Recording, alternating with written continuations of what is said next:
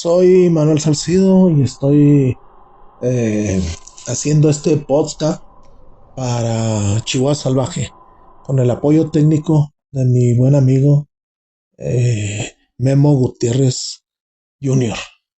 Bien, pues ya he estado platicando respecto a algunas de las tribus apaches en donde me falta una de ellas. Me falta hablar de los navajos o los navajos. Ok.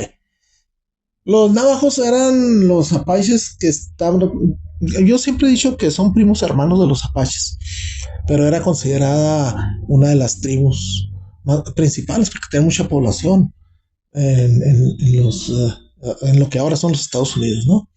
Hay que recordar que Estados Unidos se queda con más del 50% del territorio de México y los navajos se quedan en aquella parte de Estados Unidos. Son los que están más al norte, pues. Ellos habitan la sierra, o les llaman la sierra y la sierra de los Navajo, que son algunas rancherías. Voy a mencionar solo algunas. Cebolleta, Chacoli, Guadalupe, Cerro Cabezón, Agua Salada, Cerro Chato, Tuñeta, Chela, Carrizo, Chusca, y bueno, los españoles los tenían dominados. Afortunadamente, o creo yo que afortunadamente para ellos eran vecinos de los chiricahuas. Y como los chiricahuas nunca se sometieron, prácticamente nunca se sometieron hasta que Jerónimo en 1886, por ahí por el 4 o el 6 de septiembre, pacta finalmente la paz, ¿no? Pero esa es otra historia, vamos a seguir platicando. También los navajos hacían frontera con los gileños. Estos estaban al sur. Al norte están los yutas y los moquinos, y hacia el oriente los moquinos en la provincia de Nuevo México. Entonces estaban, hay que imaginar en un mapa en Nuevo México, entonces estaban prácticamente en esa zona, en los límites de Nuevo México, en la parte norte, sí, de Nuevo México. Y, y bueno, también los navajos junto con los pinaleños eran, eran consideradas subdivisiones de la pachería. Eh, en donde estaban prácticamente ubicados, estaban entre el río Colorado, el Gila y Nuevo México. Los pueblos, pues, prácticamente de Nuevo México. Hay que recordar que había pocos porque eran atacados constantemente por los apaches. Entonces, esa era la zona de influencia. También en, río de, en el río de San Juan, en el río Grande y en Colorado. Eh, los navajos, no puedo decir ahorita qué cantidad, pero estamos hablando de varios miles de individuos que eran los navajo. Yo creo que, híjole, voy a arriesgarme, porque si nada más los puros pinaleños eran unos 5,000 individuos. Y precisamente de dónde surge el nombre de los pinaleños. Pues de la Sierra Piñal. Ellos habitaban ahí, que estaba prácticamente junto a la Sierra Blanca. Eh, en la parte norte, o donde se inicia pues el ramal, o en la parte superior del San Francisco, del río San Francisco. Entonces, estamos hablando que si los apaches caminaban 80 millas en un día, y si estamos hablando que estaban más o menos a 3 días por el camino de Gila, imagínense todo lo que recorrían, o bueno, en dónde estaban exactamente ubicados. Pero bueno, eh, se supone que en tiempos de paz, porque había esos tiempos, la gente cree que cuando los apaches bajaban y que cruzaban la frontera de Estados Unidos-México, constantemente estaban en México. No, bajaban cada 2 o 3 años, porque también tenían que dejar que el ganado, que ya en esos momentos o en ese tiempo, siglo XIX, antes de 1880, de que muere Victorio, pues toda la cuarta parte del estado de Chihuahua era propiedad de don Luis Terrazas, aquel gobernador temible que prácticamente fue el autor del exterminio de la pachería en Chihuahua, a través de su primo, de Joaquín Terrazas, ¿verdad? Pero entonces se supone que en tiempos de paz estaban en su terreno, del río Gil, por llamarle de alguna manera. Y cuando era la guerra en la Sierra Nevada, ¿verdad? Pero cuando, a ver, ¿cuándo eran tiempos de guerra? Bueno, cuando bajaban y se robaban el ganado, las vacas, los caballos, las mulas, que les encantaban las mulas. ¿Qué es lo que sucede? Pues se los llevaban para pasar el invierno. Entonces, por lógica, cuando bajaban a México a hacer la depredación, porque en México vivían muchas familias apaches, ya se habían, eh, después de perseguirlos tantos y que tenían precios sus cabelleras, pues muchos fueron asimilados por las etnias de Chihuahua, igual de Sonora. Pero bueno, yo vivo en Chihuahua, yo estudio la pachería en Chihuahua y voy a hablar de Chihuahua, ¿verdad? Lo que pueda, y lo demás pues es lo que yo estudio, lo que yo investigo y lo que yo bajo con el apoyo de mis amigos y compañeros. Por ahí me apoyo mucho en Alonso Gorka, en Enrique Pinilla, en Alberto Lara, en Miguel Cervantes, Miguel Méndez, Sergio Ramos. Entonces, toda esa información que yo recabo aquí también del Archivo Histórico de la ciudad de Chihuahua con el profesor Rubén Beltrán, eh, también con Víctor Orozco.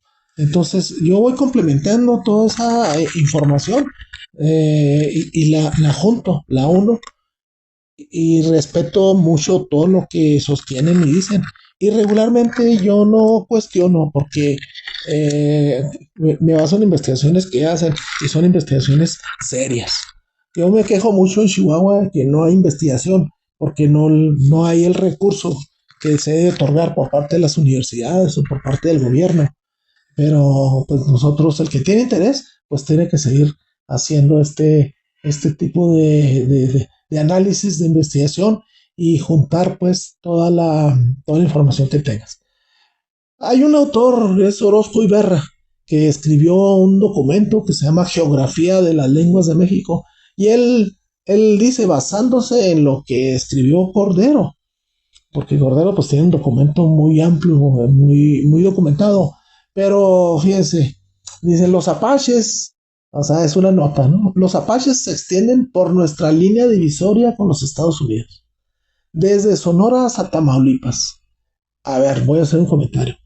Estoy de acuerdo con Sonora, Chihuahua y Coahuila, pero no he encontrado documentación fehaciente que me hable que apachería también hubo en Tamaulipas. Pero bueno, esa es la información que ellos tienen en ese momento. Estamos hablando del siglo XIX. Entonces, lógicamente, los apaches hacían depredaciones en toda esa zona y entre pueblos más sencillos, más humildes, o sea, con menos posibilidades de defensa, los atacaban con mayor facilidad. ¿Qué sucede en Sonora? ¿Qué sucede en Chihuahua? Pues después de tantos años de estar luchando, pues tanto los sonorenses como los chihuahuenses van adquiriendo una gran habilidad en la guerra, así como los apaches eran unos estrategas y era gente muy bragada, muy arriesgada. También entre los mestizos se fue forjando gente de un de gran valor, valientes, hábiles, podían andar en el desierto igual que el apache, podían defenderse y dominar también. Lo que pasa es que a nosotros nos gusta escuchar todo el tema bélico y poner a los apaches como aquellos grandes, casi como seres míticos, ¿no? Pero eran igual humanos, ¿sí? Humanos que tenían sus debilidades, ¿sí? Entonces, lógicamente, para dominar, hay que recordar que para ellos la muerte no es más que una etapa más. Entonces no tenían el temor como lo tenemos en esta ocasión. Bueno, voy a hablar del personal como lo tenemos muchos, de que está llegando nuestro fin. Los apaches se entregaban y luchaban. Y si morían, pues morían y se acabó. Y nosotros no, lo que hacemos es estar juntando bienes y estar disfrutando de la vida ahora en la actualidad, ¿no? Y tener el mejor aparato, tener el mejor vehículo, estar guapos, estar bonitos, arreglarse. El Apache en su época, en su momento, no le interesaba y no tenía, aparte no había esos avances que hay ahora. Así pues, eh, ¿qué es lo que sucedía? Que una pequeña partida de apaches podría cruzar la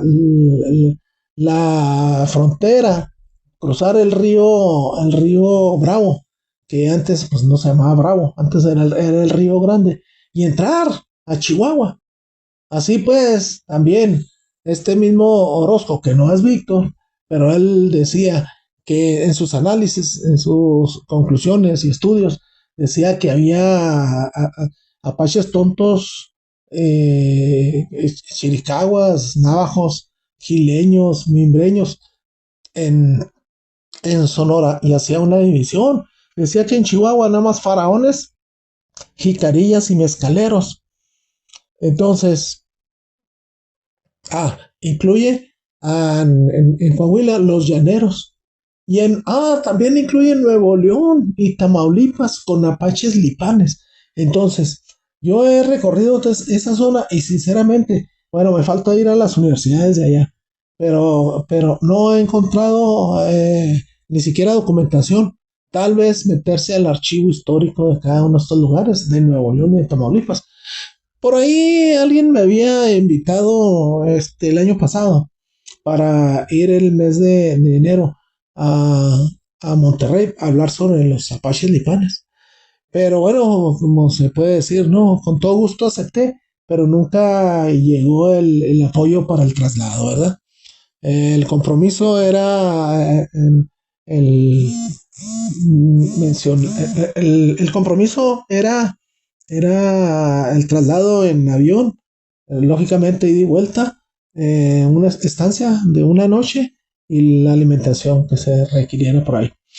Con todo gusto, encantado de la vida, no se dio. Vamos a esperar otra oportunidad. Bueno, también quiero comentar que por ahí hace algunos años me invitaron a Costa Rica, pero sucedió lo que les estoy comentando. No sucedió nada, no se concretó el viaje y bueno, aquí estamos, haciendo lo que me gusta, la investigación sobre la pachería. Así, pues los apaches como nómadas también les echaban la culpa de todo lo que sucedía en el septentrión de México o de la Nueva España. ¿Por qué? Bueno, pues porque estaba más fácil. Si había un robo, si había un asesinato, echarle la culpa a quién. Si no había absolutamente ningún tipo de control. Decían, no, pues son los atapascanos. Y ahí sí, echarle la culpa a cualquiera. ¿Cuántas divisiones o subdivisiones había? Ya lo mencioné. En cada parcialidad se subdividía en dos o tres más. Así, pues, nomás decían, no, tú nomás busca a los apaches de ojos rasgados. ¿Por qué? ¿Por qué? Bueno, pues porque con una de las teorías de la apachería es que tienen los genes o tienen una procedencia de asiática, tiene una procedencia de los ascendencia de los mongoles, ¿verdad? Pero estamos hablando allá cuando se une el estrecho de Bering, une Eurasia con el continente americano. Pero bueno, esa es también Otra, otra historia. Bueno, igual quiero comentar que los apaches tienen un capitán del cielo. A mí me gusta mucho mencionar eso. Ese capitán del cielo es Usen, es su Dios. O sea, es Dios, Dios nuestro Señor. No tiene una religión, no tiene un gobierno. ¿Cuál es el gobierno? El guerrero más destacado es nombrado como líder, jefe. En otras tribus le llaman que como el que los Lakota, el que porta la camisa roja. Entonces acá es el líder. Así surgen Vittorio, Ju, Jerónimo, Cojinillín, Nicolasillo, Manuelito, Harry, o bueno, Manto Negro, Coleto Amarillo, por citar solo algunos. Igual quiero comentarles que estuve por ahí en el municipio de Casas Grandes, aquí en Chihuahua, en el lugar en donde se dio pues el engaño que le hicieron Joaquín Terrazas y Juan Mato Ortiz, el capitán gordo, a Ju y a Jerónimo, tratando de pactar la paz. Cuando Jerónimo pide la paz y Ju le, le, le, le dice a Jerónimo que pida la zona de las montañas azules para irse a vivir, pero pues nada más le dijeron que sí, pero era todo un engaño. La verdad que lo que querían los mestizos o los mexicanos era el, el exterminio. Entonces, por ahí ahorita platiqué también, no tenían ningún culto, no había... mm, si se portaban mal, no había un castigo. Para el Apache vivía la vida, o sea, vivía la vida y hacía lo que le gustaba. Vivían en libertad, vivían creyendo en el capitán del cielo, eh, pero no le rezaban, sí, oraban. Eh, en el 2000, cuando trajimos aquí a Chihuahua para la firma de la paz entre el estado de Chihuahua y la nación Apache Mezcalero, yo recuerdo que algunos de los hermanos Apaches en la mañana están hospedados en un hotel aquí en Chihuahua y en la mañana, antes de cualquier cosa, salían a la luz del sol y oraban y daban gracias diario. Y de ahí en adelante ya hacían sus actividades. Entonces, claro que han cambiado mucho las cosas en la actualidad. Estamos en el 2024 y con toda la intención en este 2024, si Usain, si el capitán del cielo me permite seguir haciendo estos podcasts, vamos a estarlos haciendo. Ya he platicado con Memo Gutiérrez Jr. Los apaches creían, así como hay un bien y hay un mal, claro que también tenían la creencia de un espíritu malo, malvado, pero no le ponían atención, porque es como, a ver, ¿qué sucedía cuando un apache escalpaba a una persona? ¿Saben qué? Hacía un ayuno de 4 días, tenía que purificarse, tenía que limpiarse, porque era algo indigno, y ahí es en donde, a mi pensar, es donde ese espíritu maligno que hay o en el que creen, es que los poseía de alguna manera. ¿Qué sucede? Como cualquier persona, la adrenalina sube y aumenta. Cuando los mestizos empiezan a escalpar a los indios, ellos en represalia empezaron a hacer lo mismo. Entonces, quien inició con esa práctica fueron los mestizos. Eh, ¿Qué sucede? Antes mataban mm, un apache y lo llevaban arriba del caballo de la mula al pueblo para mostrarlo. Y ahí recibió una recompensa. Después, pues tenían que sepultarlo y eso le costaba al gobierno. Y además, imagínense en el verano aquí en Chihuahua, en el desierto de Chihuahua, andar cargando un cuerpo por una semana o por 2 días o por 10 días, pues llegaban con una casi deshaciéndose en los cuerpos, con una pestilencia tremenda. Entonces cambiaron las reglas. Entonces dijeron, no, ahora, ahora lo que vamos a pedirles son las orejas. Matas a un indio, le cortan las orejas. Así que llegaban con los manojos de orejas a caballo y colgaban los manojos hasta el suelo. Imagínense cuánta gente mataban. ¿Quieren los mestizos? Sí. Después dijeron, no es suficiente las orejas, porque no sabemos si son realmente indios los que nos traes. Nos vas a traer la cabellera. Entonces, yo en la actualidad no he encontrado en ningún lado. O sea, nada más he encontrado ahí en el archivo histórico que, que recibían o traían 5 cabelleras, 6 cabelleras, 8 cabelleras. Pero mmm, ustedes saben que el cabello dura años y años y años y años. Pues yo no he encontrado hasta la fecha, no conozco una cabellera de esas que se quedan tiradas ahí en la esquina de las oficinas eh, eh, que colectaban o que pagaban las cabelleras a los cazarrecompensas. Pero bueno, eh, seguimos platicando.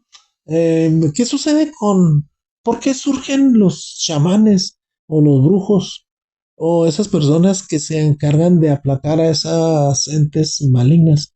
Ah, bueno, precisamente cuando surgían esos espíritus, para eso estaban los adivinos, los profetas, los chamanes, ¿sí? Vamos a poner un ejemplo, Jerónimo. Jerónimo nunca fue jefe, pero fue chamán y fue un líder.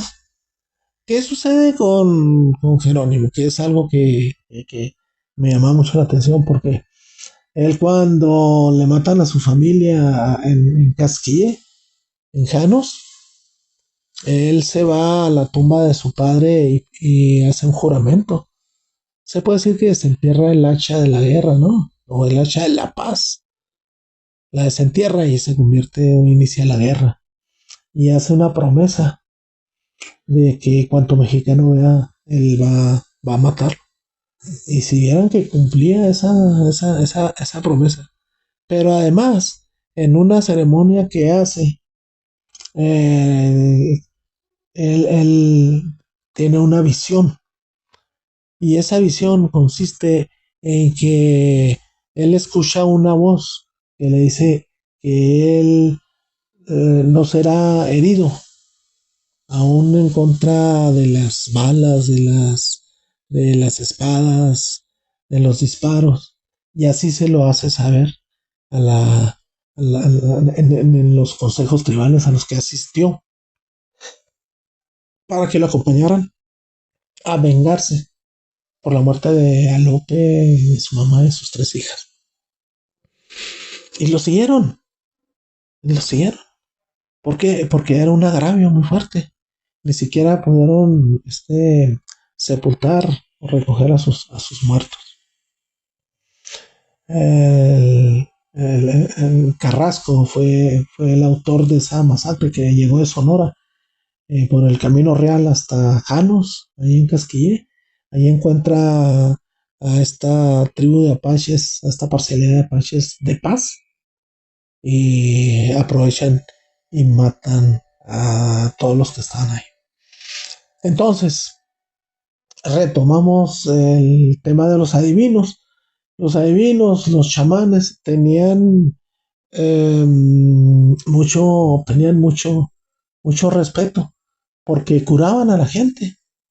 Sabían el poder de las hierbas, hacían tés y siempre hacían sus ceremonias con cantos. Un tipo de canto diferente al que conocemos de los apaches. Hacían un canto eh, que fuera más de super, supersticioso, ¿sí? O sea, más, por decir, con más injundia, más profundo.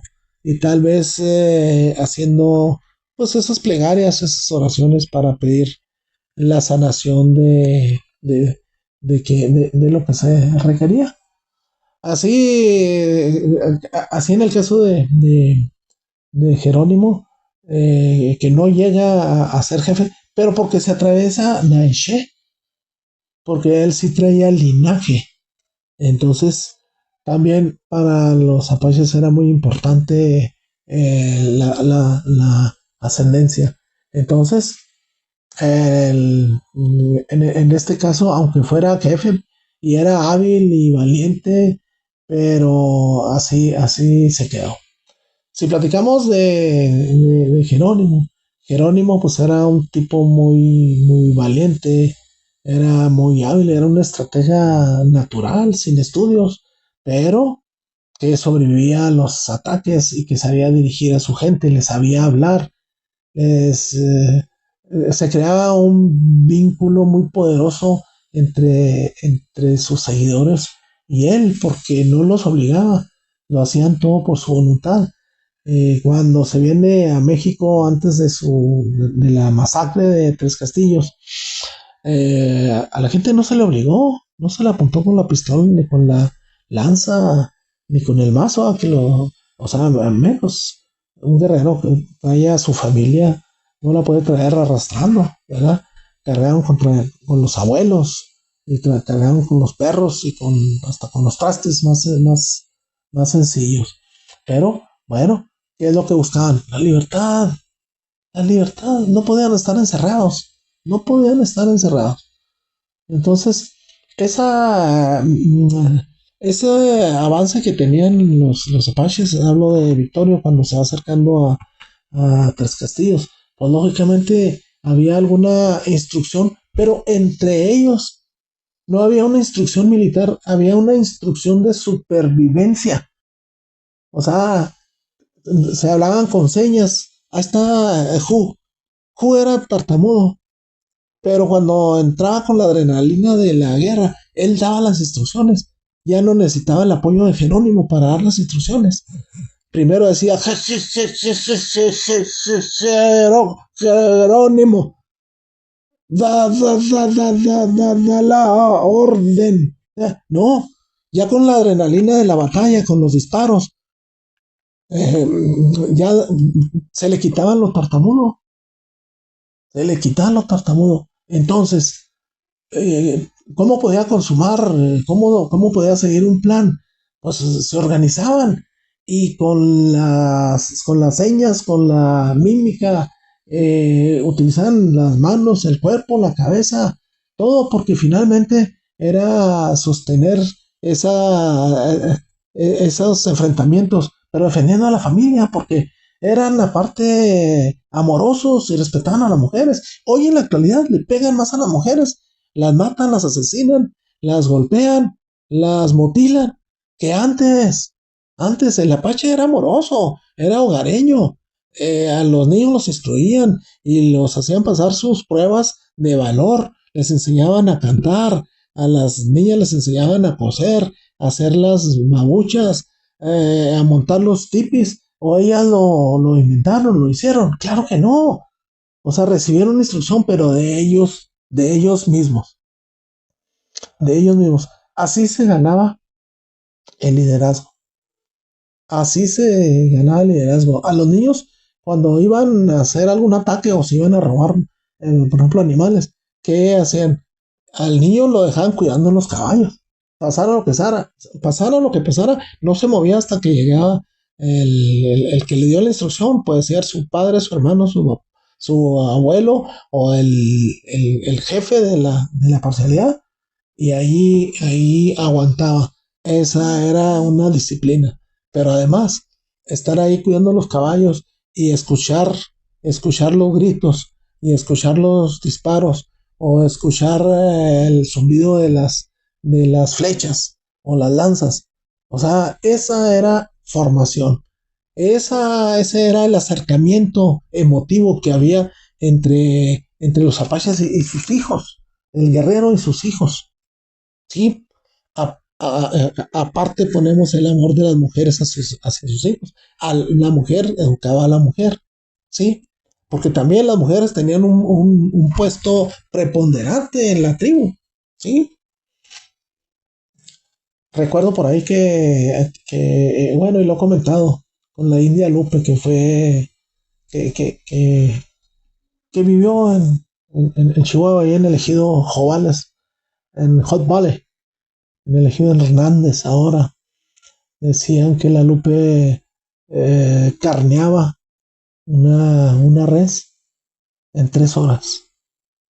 Ahorita un experto matancero, eso dura con un puerco. Así que imagínense nomás la experiencia que tenían las mujeres para carnear un animal. ¿Qué es carnear? Es matarlo, sacarle los dentros, encuerarlo y hacer los cortes para ponerlos a secar en las piedras y en los gatoños, en los mezquites o en los árboles que hay. Y luego ya cuando está seca, recolectarla, meterla en los pedazos de trapo, en las alforjas para podérselas llevar y sostenerla, llevársela para pasar el tiempo de frío con comida. En sus tipos, en sus cuevas, en los lugares en donde estaban habitando, en la zona de lo que ahora es Estados Unidos, en donde la nieve llegaba más de la rodilla, como en casas grandes, como en madera, como en Amiquipa, como en muchas partes de aquí de Chihuahua, en esa época, en aquellas épocas, que había agua, animales, había leña, lo que ahora ya no lo acabamos prácticamente todo. Así pues, también, ¿cómo se demuestra el amor de los apaches a su familia? Cuando van a atacar, cuando van a la guerra, primero guardan, resguardan, esconden, cubren, protegen a su familia y luego se van a la guerra. Ahora, se van en grupo o se van en pequeñas partidas. Es como creaban la estrategia de la guerra de guerrillas, en donde se juntaban en un lugar, atacaban unos por un lado, otros por otro lado, unos a la vanguardia, otros a la retaguardia, unos por el centro, por el lado izquierdo, otros por el otro flanco, y luego huían y se reunían en un lugar ya preestablecido. Estrategia pura, que no necesitas una instrucción militar, pero eran muy inteligentes en el sentido de protegerse, proteger a su gente. Que en el camino, que en la lucha, perdieron algunos de los guerreros, pues en la guerra así es. O sea, se pierde y se gana. Ahora, ¿cómo hacían las emboscadas? Pues lógicamente atraen al enemigo ponen a un niño llorando, a una mujer llorando, pero en un lugar en donde van a llegar la gente y los van a emboscar. O sea, lo organizaban de alguna manera.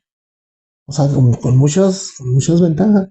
O los dejan ahí y ellos se van a los lugares de donde vienen los enemigos y van y atacan el lugar, la comarca, el pueblo, el rancho, la hacienda de donde los andan buscando. Pues si caminaban 80 luegos, yo decía que 80 kilómetros diarios. Ahora que he estado retomando los estudios de la pachería, son 80 leguas lo que pueden caminar al día. Eso es algo tremendo. Para mí es una cosa casi increíble. Ahora, si no era una partida de 20, 30, 40 o hasta 50 apaches, con 10 individuos hacían un desorden. Practicaban la guerra de guerrillas y era mucho más sencillo porque eran menos y el escape era más sencillo. Entonces, entre menos tenían la facilidad de atacar y retirarse. Atacas, golpeas y te vas. Y luego atacas del otro lado y te vas. Atacas del otro lado y te vas. Entonces, hay que recordar que los comanches, a diferencia de los apaches, andaban en partidas de 100 hasta 400 y 500 individuos se llegaron a registrar. Los apaches difícilmente juntaban 100. ¿Por qué? Bueno, pues porque cada parcialidad tenía su jefe, tenía su líder. Y si uno de los líderes o se enojaba o se conseguía esposa, se iba con toda la familia y ya creaba otra parcialidad. Por eso es que hay tantas subdivisiones. Yo me inclino a decir que para mí, más sencillo y abarca todas las parcialidades. 7 parcialidades. 7. Claro que están incluidos los navajos, que fueron los últimos eh, que platiqué. Entonces, cuando se hablaba de los apaches, por qué los ponían como los tipos más crueles? Bueno, pues porque también ellos sentían que tanto los mexicanos como los estadounidenses, estoy hablando del siglo XIX, venían a robarles su zona de casa, su zona en donde vivir, aun cuando buscaban los lugares más recónditos y siempre buscaban, lo he afirmado siempre, que hubiera agua, que hubiera comida, o sea, animales de casa. En esos tiempos sí había. ¿Qué sucede? Pues hasta hace todavía, si quieren, 100 años había, pero empezaron a proliferar las armas y en los caminos veían un águila y le disparaban. Cualquiera traía una pistola, un rifle. Veían un venado, le disparaban, aunque no lo recogieran, ahí lo dejaban. Veían un oso cuando se iban de casa a buscar venados, veían un oso y lo mataban. Ya no hay, ya no hay. Berrendos, te los encontrabas aquí en el camino de Chihuahua a Ciudad Juárez. Había grandes manadas de berrendos. Ahora encuentras, las grandes manadas son de 6 7 berrendos. Esas son las manadas que hay. Y eso te encuentras una o dos. Venados, pues son menos. Águilas, menos. Aguilillas, menos. Halcón rojo, menos. Ni coyotes, menos osos. Zorras, zorrillos. O sea, desgraciadamente, aquí sí me refiero a todos los pueblos indígenas originarios, siempre han respetado mucho a la naturaleza. Recogen de la tierra nada más lo que necesitan. Esa es la gran diferencia y mentalidad que había y lo hay, entre los nativos y los mestizos. Nos estamos acabando el agua, tenemos problemas ahorita en la actualidad. Ya en muchos lugares se están secando las presas, se está acabando el agua. ¿Por qué? Por el uso excesivo de tantas cosas que le hacen daño a la madre tierra.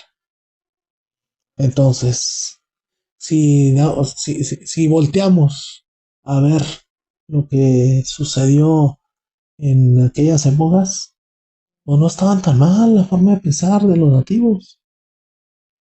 Yo ahora reconozco el que se les dijeran indios bárbaros, pero eran temibles, pero eran muy bragados. Los atacaban y se defendían. ¿eh? Eran tranquilos, serenos, y cuando los sorprendían, los mataban. Pero regularmente estaban a la defensa, estaban pendientes. Siempre peleaban hasta morir, ¿sí? Nunca se rendían, nunca se rendían. Estoy hablando de la generalidad. ¿Qué sucede? El mismo Victorio decía, estoy viendo que nunca vamos a superar a los blancos. Entre más avanzas, o sea, él en los recorridos que hacía, entre más avanzaba, más blancos veía. Y ellos no se podían reproducir porque eran perseguidos. Por eso se robaban a los niños, por eso se robaban mujeres. Para los quehaceres, para embarazarlas y tener hijos. Y a los niños se los robaban para hacerlos guerreros. El crecimiento es lento, pero ya los que iban creciendo con una mentalidad como apaches, ¿por qué? Porque eran asimilados por los apaches, por esa parcialidad. Ahí es en donde les enseñaban todos los recursos para sobrevivir. Los enseñaban a pelear, los enseñaban, no quiero decir que a morir, pero los enseñaban a no rendirse. Entonces, sí, el Apache tenía o era un personaje de mucho valor. Tenía esa fama. Era muy bragado, no sé, valiente, arriesgado. Se enfrentaba. Usaba el arco, las flechas. Los eran muy diestros, los sabían usar. Cuando llegan las armas, aprendieron a usar las armas así como el caballo. Dominaron el uso del caballo. Los apaches le robaban los caballos a los comanches. Y los comanches se los robaban a los españoles. Ladrón que roba a ladrón tiene 100 años de perdón. Pero los apaches lograron hacer de los mejores jinetes de los nativos de los Estados Unidos. Entonces, se les descomponía en guerra. Pues ahí lo dejaban. No, se hacía otro arco, no se reparaba. Los rifles, un tiempo en que se comercializó con armas de fuego, dejaban de usarlas o los tiraban. No sabían cómo repararlos y a conseguir otro. Ese fue un juego de un juego en que todos participamos, en que los traficantes de venta clandestina de armas pues recibían instrucciones del gobierno de los Estados Unidos o de México y les vendían a los apaches pues armas de, mm, que no tenían la calidad para, para su defensa inclusive. Esa fue otra de las estrategias para dominar a los apaches. Les agradezco mucho que me hayan escuchado. Me emociono cuando empiezo a platicar.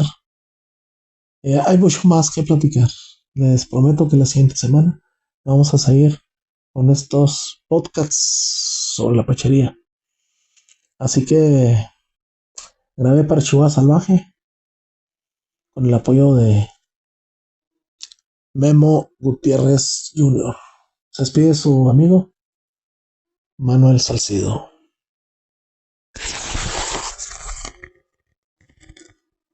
Qué bonito platiqué hoy. Muchas gracias.